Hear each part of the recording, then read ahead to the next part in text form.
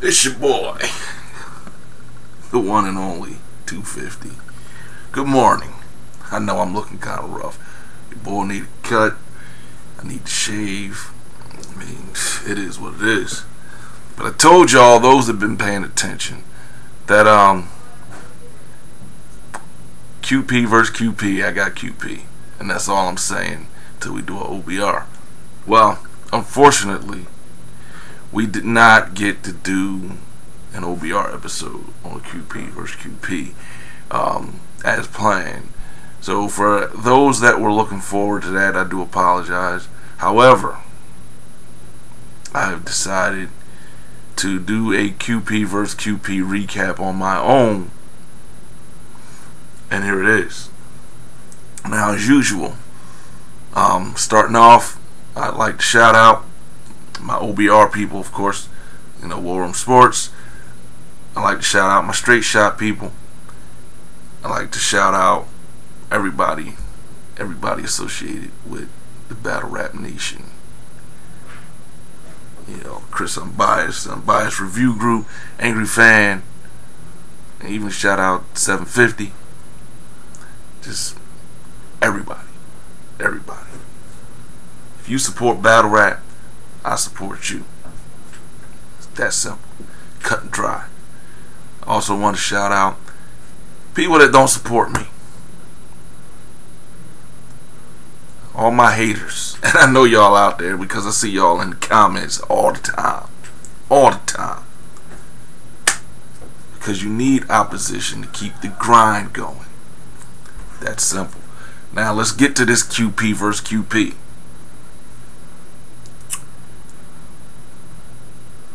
Now that we're talking about it, I will explain. When I say I got QP, I'm talking Mr. Innuendo, talking QP from the SONS crew, talking the originator of the Slow It Down. QP, in my opinion, not clean paper, QP, in my opinion, won this battle 3-0. I gave it to him 3-0. Now, I've seen a lot of people talk about the fact that they both, their third round, both of them had short thirds. I agree. I don't understand what that was all about, because they both, like QP, when he went, he got to the end of his third, and it was just like, that's it? I don't get it. He just like that, easy. I'm just like, okay. And then Clean went, and he wasn't really saying nothing.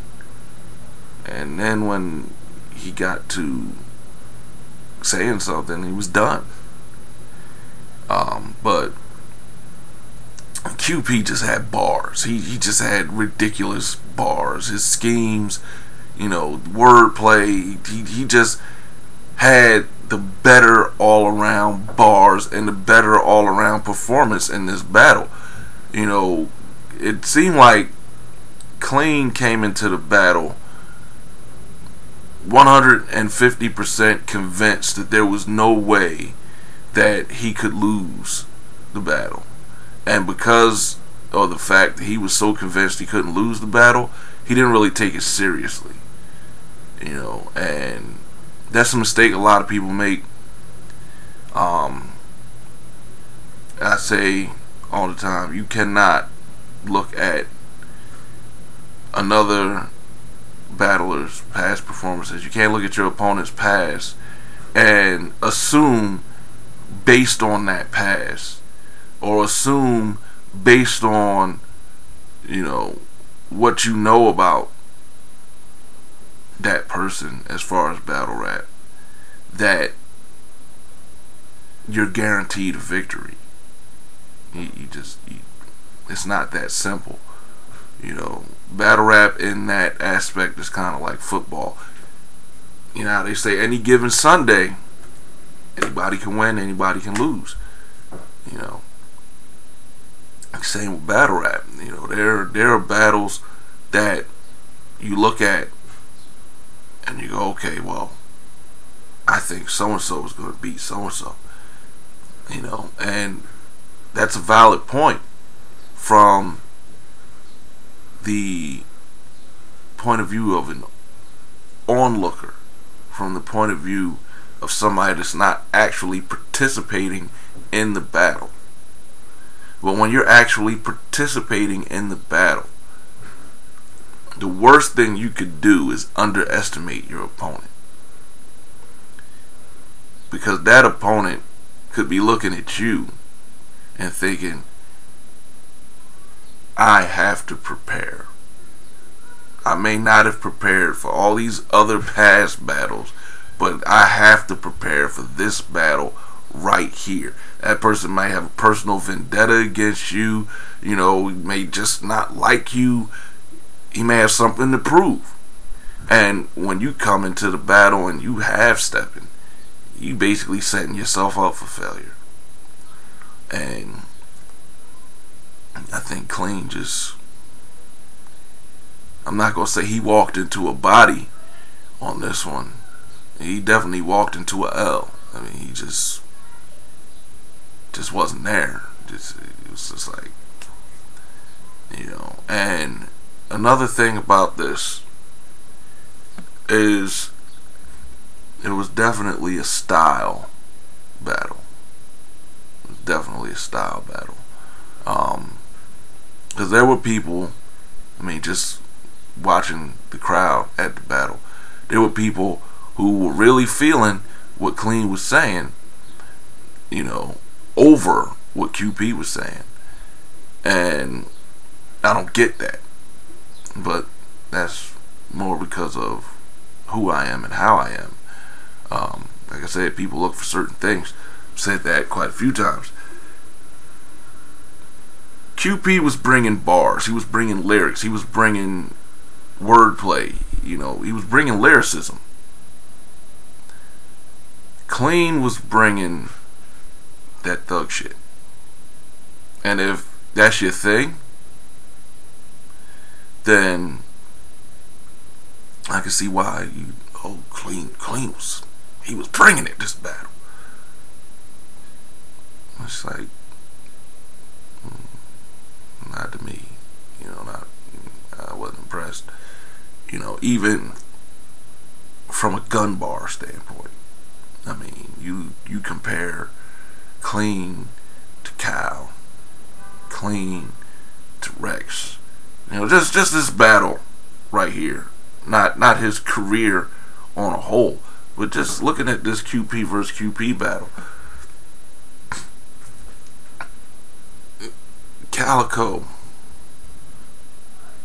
Look at Calico versus T-Rex and compare that battle to QP versus QP. And just take QP's, if you take QP's 3 rounds and match him up with either Calico or T-Rex's 3 rounds, I bet you he loses those battles too. The bars just were not there. As far as gun bars, they just weren't really hidden. Like I said, he just came into the battle and took QP as a joke. You know, he even was saying, you know, there's no way that I could lose this. There's no way I could lose. It's like, you keep saying there's no way you can lose this and you lose it. You just, you know, it's like you walked into that L. You walked into it. Didn't stumble into it. You walked into it conscious, eyes wide open. You just refused to believe that it was happening.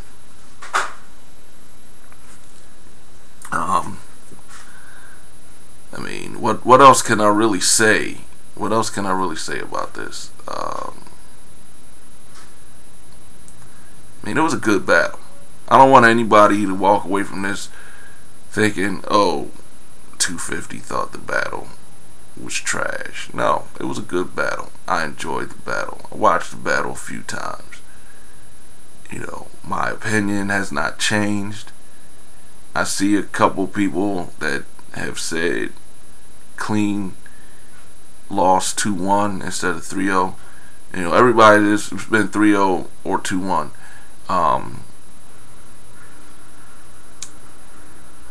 Like I said, I got a 3-0.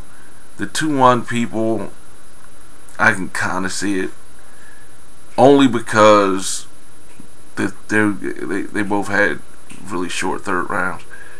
I still think QP's short third was better than Clean's short third, but I guess I can kind of see why, you know, people give it to Clean, because I think even though his third was so short, it was longer than QP's. Like I said, QP, when the way he did his third, it was just like he was spitting, and then he was just like, whatever. Maybe he just knew he won, and he was just like, you know what, I'm not even gonna give y'all a full third. I'm gonna just say a couple things, and then I'm done, because this dude is beat. Remy was sitting behind QP, like, he killing this nigga. But yeah, I want y'all to, you know, rate, subscribe, follow your boy, you know, at Keeps It 250 on Twitter, 250_ all day on Instagram. You know, come join Straight Shot on Facebook.